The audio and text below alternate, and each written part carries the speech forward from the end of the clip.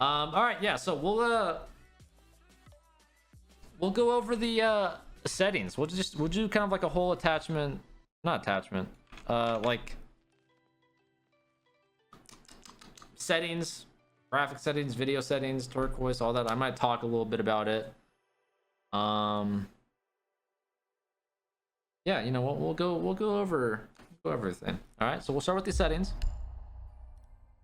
Might make this a command, might, you know, turn into a video. You never know.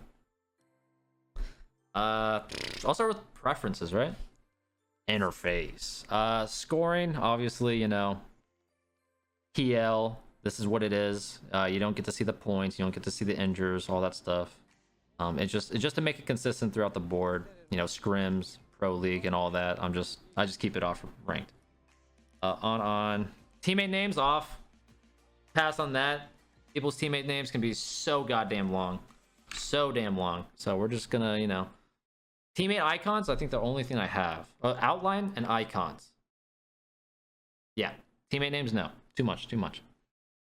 Threat indicator. I'm gonna be real. I don't know what that is. Is that? Oh, that's like the arrow where you're getting shot from, I think. Interesting. I don't know why I have that off, but it's off. On, off. Battle high bands. That was ticker. What's that? Okay.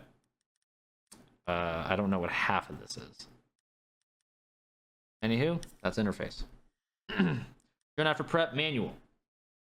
Why outlines on? Just to help. I used to TK a lot of people with outlines off. I used to play with outlines off, but I TK too much and outlines help. So that.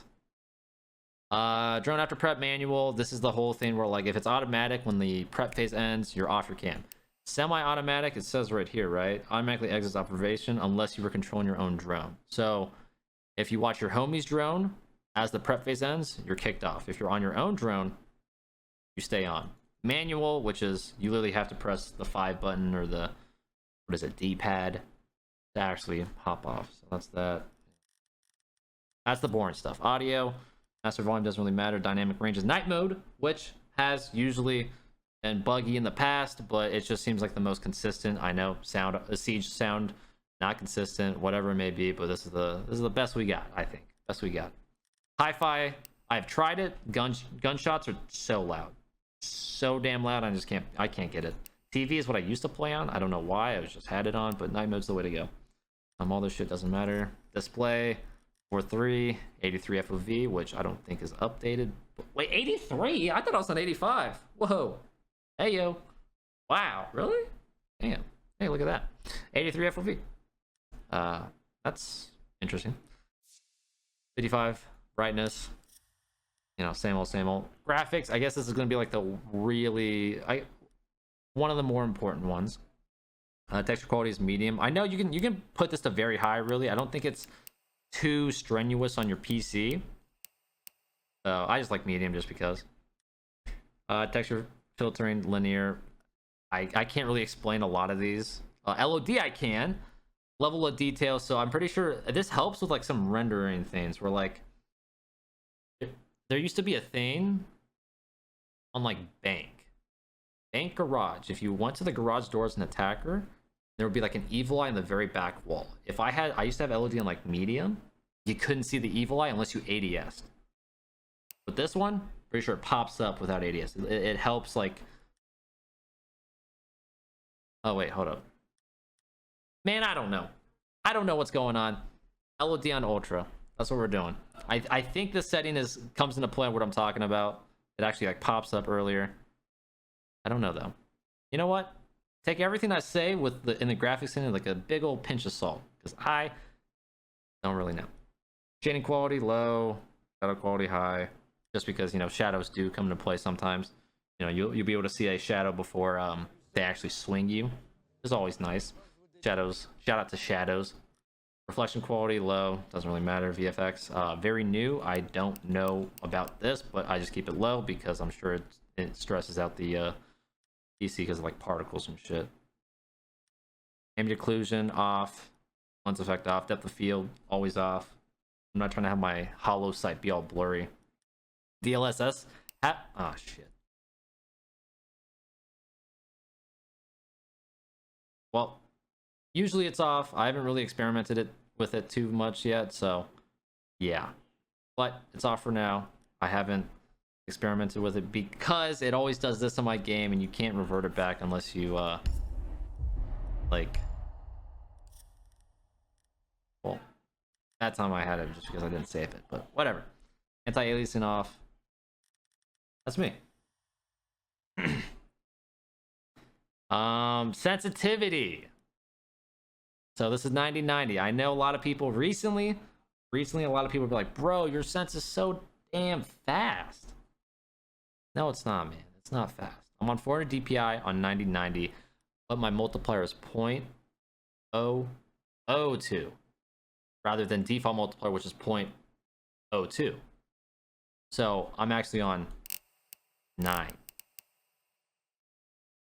And I'm on this multiplier because I was always jumping between, like, you know, 9 to 10, or maybe even 8 to 9. So like if I wanted my sense to be an 8.5, because, you know, 8 is too slow, 9 is too fast, I could go to 85.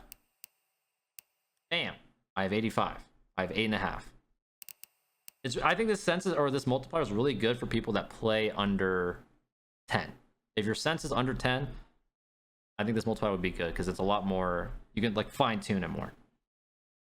So it's basically default multiplier times 10, 0.002 part.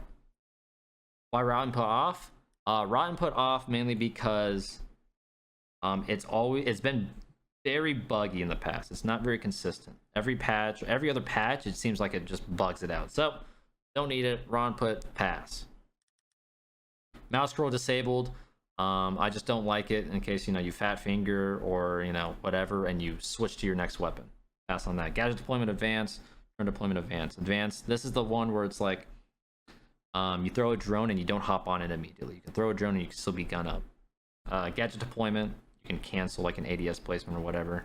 Aim, hold, lean toggle, sprint, you know, really good stuff. Controls are all default except for my push to talk. Accessibility, turquoise. I'm just staying on turquoise. Pass on the whole yellow thing. I thought about switching, but no, staying on turquoise. And if you guys want to know about the whole multiplier thing, you can't do it on console. It's only PC because you have to go into your INI files. So if you want to know how to switch your multiplier, you just look up on how to access your Rainbow Six Siege INI files. It's just in your like documents, my games, Rainbow Six Siege, and then there's a folder with a string of, you know, letters and numbers, and that's going to be one of them. So yeah, that's my settings.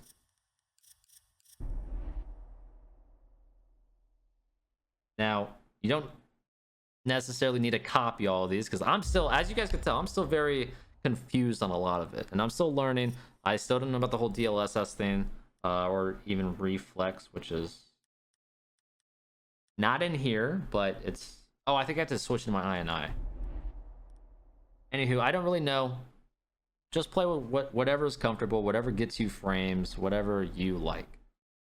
The switching multiplier change ADS sense? No, it's all relative. The mouse ADS sensitivity is all relative to, oh, I forgot the mouse ADS sensitivity. It's all relative to whatever your, you know, thing is. So doesn't matter. 58 on 0.002 is gonna be the same as 58 on 0.02.